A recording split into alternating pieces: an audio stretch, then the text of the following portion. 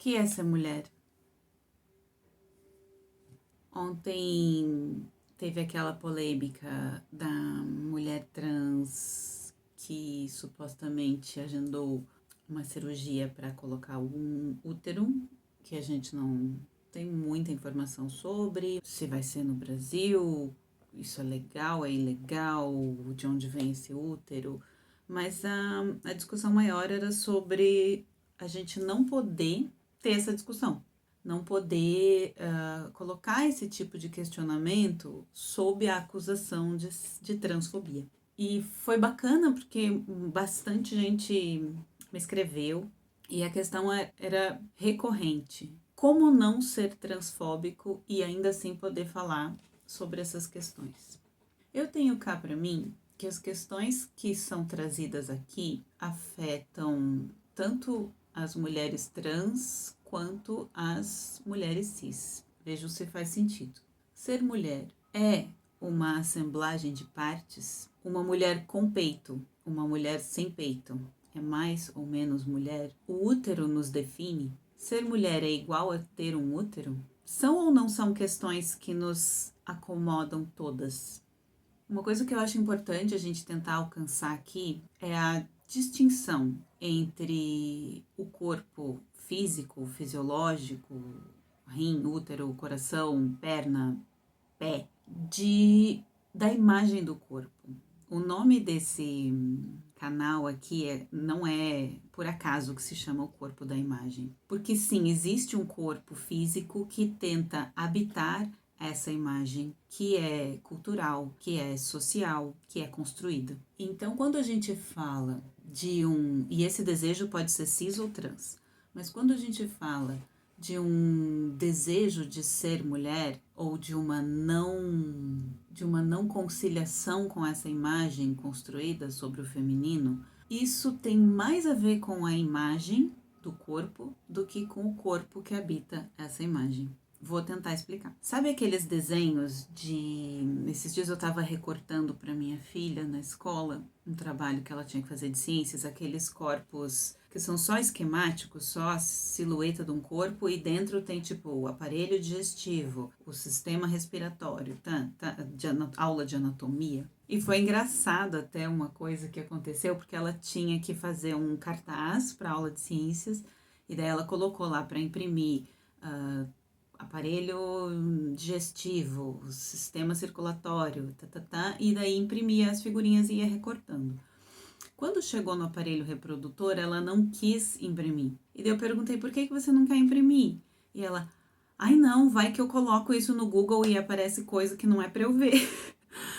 Ai, eu achei tão engraçado, eu fiquei pensando, o que não é pra ver, meu Deus? Ela tem 11 anos. Mas então, pega essas duas figurinhas, recorta. A silhueta abstrata e um aparelho reprodutor masculino. A silhueta abstrata, o aparelho reprodutor feminino. Ainda não é uma pessoa. Agora, se a gente fizer uma lista, faz essa lista, pega um papel, anota. Quais são as expectativas culturais, e isso é bem específico de cada sociedade, de cada grupo dentro daquela sociedade, porque se a gente for pegar, por exemplo, uma criança de classe alta, de classe média, ou uma criança que nasceu numa comunidade, uma criança branca, uma criança negra, enfim, são expectativas diferentes do que se espera socialmente dessa pessoa que ainda vai se tornar uma pessoa do sexo masculino ou do sexo feminino. Então faz essa lista dentro da tua cultura, daquele lugar de onde você vem, de onde você cresceu. O que se espera de um ideal de mulher, um ideal feminino ou um ideal masculino dentro da tua cultura, dentro daquilo que é esperado ou que foi projetado sobre o seu corpo ao nascer. Feita essa lista, coloca lá. Então, a mulher ideal. E aí eu lembrei aqui de um filme, que é um filme de 1967, de um poeta dinamarquês, que se chama The Perfect Human. E ele filma, então, um homem e uma mulher, como o ser humano perfeito anda. Veja como o ser humano perfeito dorme. Veja como o ser humano perfeito come. Isso em 1967. Depois, em 2003, o Lars von Trier, que é o diretor de cinema que mais me causa pavor, eu assisto os filmes dele com... porque ele me angustia, propôs pro próprio pro próprio Jorgen Leth. Então, o Lars von Trier fez um documentário que se chama The Five Obstructions, onde ele propõe que ele refaça essa ideia de Perfect Human 5 vezes, segundo as ordens do Lars von Trier. E ele é cruel, né? Então é bem forte.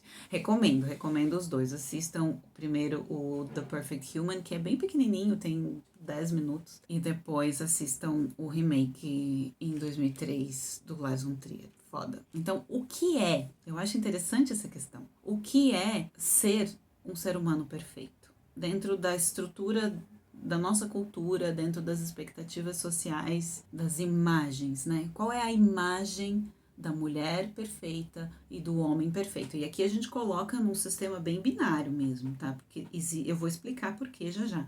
Existe essa linha esticada, supostamente ela deveria ser horizontal, onde num extremo temos o máximo da masculinidade, da representação, tá, gente? Tem nada a ver com sexo biológico. Da representação do Master Uberman, e desse outro extremo, a mulher mais mulher extrema da face da Terra. Visualiza aí. Então, qual seria o ideal da mulher perfeita e do homem perfeito na nossa cultura? E esse ideal, supostamente, seriam dois extremos de uma linha horizontal. Só que a gente vai interseccionar verticalmente essa linha horizontal e atravessar ela com uma linha vertical, que é uma escala de poder. Então, para cada objeto, para cada elemento, né? Eu vou pegar aqui, tem uma pulseira, por exemplo, que eu ganhei da minha cunhada, que sabe as coisas que eu gosto. Você pega essa pulseira aqui, ela é feminina ou masculina dentro dessa linha horizontal que a gente traçou? Aí as pessoas podem dizer, é só uma pulseira, pulseira não tem sexo, pulseira não tem gênero, você pode usar o que você quiser. Sim, darling, você pode tudo, você pode usar o que você quiser, você pode ser o que você quiser, mas dentro da nossa cultura haverá sempre um critério que estabelecerá que determinados objetos se aproximam mais desse ideal de feminilidade ou desse ideal de masculinidade. Então, simbolicamente, esse objeto tem gênero, sim. Simbolicamente, ele é julgado de acordo com a nossa cultura. E não só ele tem gênero, como ele também está colocado dentro de uma escala de poder. Então, esse poder, ele poderia ser de várias ordens. Ele poderia ser um poder religioso, ele poderia ser um poder financeiro, né? Essa é uma pulseira da Prada? Não, é uma pulseirinha, podia ser da feirinha hippie, sem desmerecer a pulseira linda que a minha cunhada me deu. Ou poderia ser uma moda, o poder de você estar atualizado com as tendências. Na nossa cultura capitalista, em geral, esse poder está associado a um poder aquisitivo, mas poderia ser de outra ordem. Então, eu tenho mais ou menos poder na sociedade se eu for no shopping Pátio Batel com esse casaquinho, esse meu macacão da Hering me patrocina aí. Então, pensa no mundo nessa escala de ordem simbólica, tá? Da ubermasculinidade e da hiperfeminilidade, e nessa escala de poder dentro da cultura que você habita. Então agora passa a olhar em volta tudo que você tem na sua casa. Onde que aquilo te coloca, te posiciona no mundo? A gente tem uma certa mobilidade dentro dessas estruturas, mas a gente tem essas bordas, né? Qual é o teto máximo de poder? Qual é o teto mínimo? Onde que eu habito essa estrutura? Perceba que aquele corpo físico, aquela silhuetinha que a gente recortou na aula de ciências, não é mais um corpo físico. Ele é um corpo simbólico. Ele é um corpo cultural, ele é um corpo social. Então, esse corpo físico, ele tenta habitar o seu ideal, o seu próprio ideal de corpo social. Então, onde que eu me entendo? Ontem eu coloquei uma frase assim, né? A liberdade de viver como bem entender. Não quer dizer que eu tenho liberdade total, mas que eu tenha liberdade dentro da sociedade de viver como eu bem me entender. Então, eu me entendo como uma pessoa XYZ, assim, assim, assado, é assim que eu me sinto. Então, eu deveria ter liberdade de transitar por esses extremos, né? Dentro dessas bordas máximas, né? E essa palavra escolha é bem complicada, né? Porque a gente não tem exatamente muita, mas o que eu quero colocar aqui é no sentido de poder exercer e me encaixar onde a minha identificação habitaria. No mundo ideal a gente teria. No mundo ideal eu posso encontrar dentro dessa estrutura uma posição onde eu me sinta mais confortável. Mas o que acontece? A expectativa social é que a gente não busque esse lugar intermediário, onde a gente acomode o nosso desejo, a nossa identificação social. Esse seria o mundo ideal. Só que as estruturas sociais tendem a nos empurrar para os dois extremos. É ali que você será feliz, sendo o máximo da mulher perfeita ou o máximo do homem perfeito dentro da sua cultura, dentro da sua expectativa social. É nesse extremo que está a sua felicidade, inclusive no poder, né? Você tem que se afastar o máximo possível da pobreza e alcançar o máximo da riqueza para você ser feliz. E muitas vezes a gente seria feliz com bem menos. Muitas vezes eu tô muito longe de ser aquela mulher perfeita, mas eu até posso não ser, mas eu estou condenada a não ser feliz. Eu só serei feliz quando? Eu só serei feliz quando eu tiver par de peito desse tamanho. Eu só serei feliz quando eu tiver filhos. Eu só serei feliz quando eu for magra. Eu só serei feliz se eu for isso, isso e aquilo. Então, é uma imagem que está sendo vendida. E dentro dessa imagem existem as partes, né, que você pode customizar. E isso é uma questão que também, né, não tem nada a ver com transfobia. Tem a ver com um mercado, né? Se a gente for pensar, a gente compra partes do corpo e vai colocando, é isso, assim, né? Cabelo, unha, peito, bunda, útero. Somos uma assemblagem de partes customizáveis. E isso, inclusive, eu acho que é também uma questão muito forte nas mulheres cis, muito forte mesmo. Que incômodo é esse tão grande que não nos permite habitar nossos corpos tal qual eles são?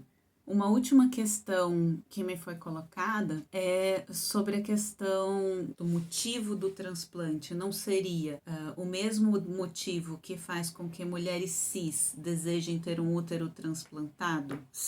Pode ser que sim, pode ser que não, porque qual é o desejo? O desejo de gestar, o desejo de parir, que é legítimo. Pode ser um desejo seu, mas a gente também tem que lembrar desse desejo social. O desejo de parir, de gestar, é um desejo meu ou é uma expectativa social? Isso é uma questão que muito poucas vezes a gente se coloca. Gestar, parir, é diferente de desejar ser mãe e pai, porque eu posso ser mãe e pai de um filho que eu não pari e ficar muito bem com esse desejo. Então, existe um desejo a mais, além do desejo de ser pai e mãe, que é o desejo de gestar e parir, e que pode ser legítimo, mas é importante a gente questionar de onde ele vem. Só para ilustrar, tem uma colega minha de faculdade que fez tratamentos super invasivos para tentar engravidar por anos e não conseguiu. E a gente conversando sobre isso, a gente tem intimidade para isso, porque não é uma coisa que a gente também sai perguntando para as pessoas na rua, né? Mas ela colocando esse desejo para mim, eu tinha acabado de ter a minha primeira filha e eu perguntei para ela, eu falei, então, você nunca considerou a hipótese de adotar? E ela falou imediatamente, assim, refutou a ideia total. Ela falou, Deus me livre adotar. E aí eu pensei, nossa, que pergunta será que eu fiz tão horrorosa assim, né? Será que é tão... Porque a gente nunca sabe mais se a gente pergunta as coisas, né? E daí eu falei, por quê? E ela respondeu, não, imagina, a gente não sabe o que vem, se vem cheio de doença. Aí eu falei, mas eu cá comigo fiquei pensando, bom, quando eu tava grávida, o meu maior medo era que eu perdesse o bebê. Então, já pensei assim, bom, pelo menos a pessoa que adota já tem uma vantagem, ela tem certeza que a criança já nasceu viva, né? Olha só que maravilha, porque eu não tinha essa certeza, eu não tinha nem certeza, eu não tinha certeza se ela ia ter algum problema, eu não tinha certeza se ela ia nascer viva, eu não tinha certeza de nada. De nada. Então, sinceramente, eu só via vantagens. Eu pensava, poxa, né? Pelo menos a pessoa não vai ter que passar.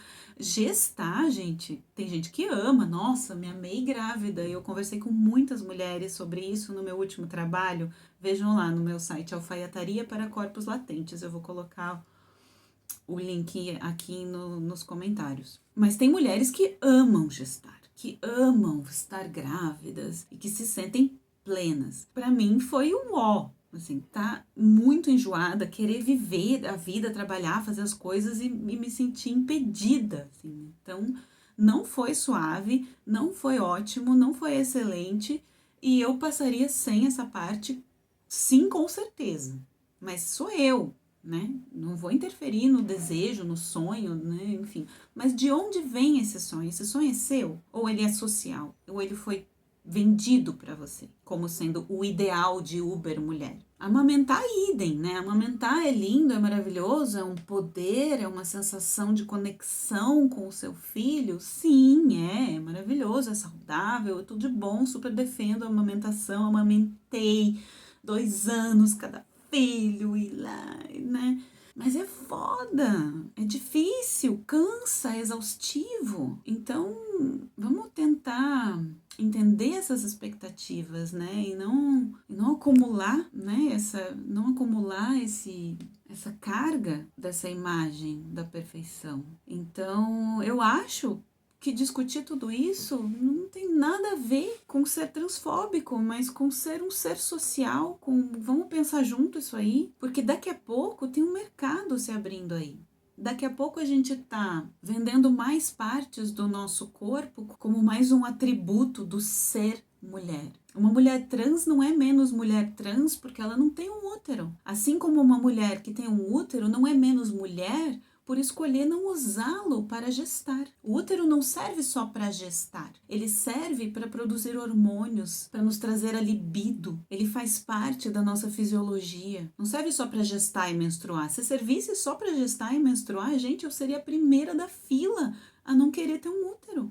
Eu não quero mais gestar, eu não quero menstruar. Eu não quero. Eu tenho o direito de não querer, mas nem por isso eu odeio o meu útero. Eu quero que ele continue ali, bonitinho, funcionando, porque ele serve para muitas outras coisas no meu corpo. Tem casos sérios de mulheres que entraram em depressão depois de fazer uma esterectomia. E você vai dizer, ai, porque ela agora sente o seu corpo vazio. Não, é fisiológico. Cabelo cai, muda um hormônio no teu corpo e vê o que acontece. Mulheres que tomam pílulas anticoncepcionais por décadas e não tem libido. E ninguém fala disso. Por quê? Porque o útero é funcional. Então você quer ter filho, você não quer ter filho. É só para isso que serve. Não! Ele faz parte de quem você é, da tua psique. Não preciso usar. Ele não é utilitário. O meu corpo não é utilitário. É a mesma coisa que você dizer, mas se você não trabalha, então se mata. Você não tem função na sociedade. Não, a gente não é só função. Somos seres simbólicos. Pensa nisso. Qual é o seu lugar nesse gráfico? Bom dia.